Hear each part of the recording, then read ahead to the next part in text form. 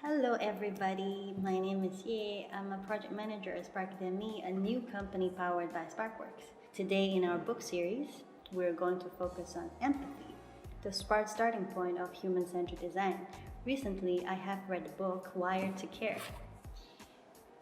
This book is written by Patnaik, founder of Jump Associates, a strategy and innovation firm, also an advisor to many well-known companies like HP, Nike, GE, Harley Davidson.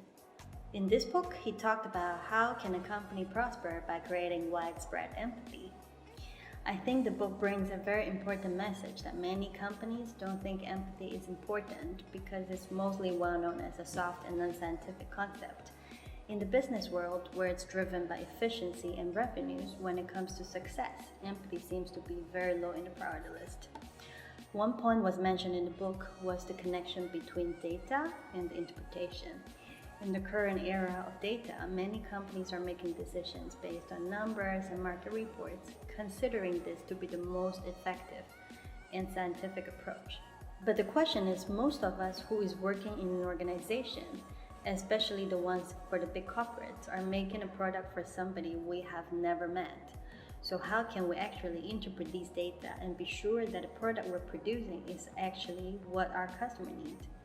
Here is a quote from the author that I like.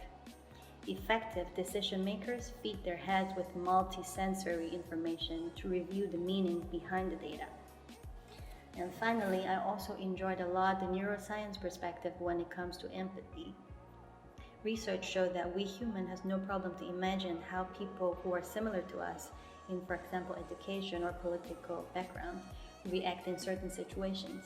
However, we are not capable to imagine how companies who are not similar to us could react in the same situations. Therefore, if we want to make a good decision for our customers, we should probably start to empathize with them. The book also explained how to create empathy with your customer as well as with your employees in an organizational-wide level, and what the impacts are once the empathy is created.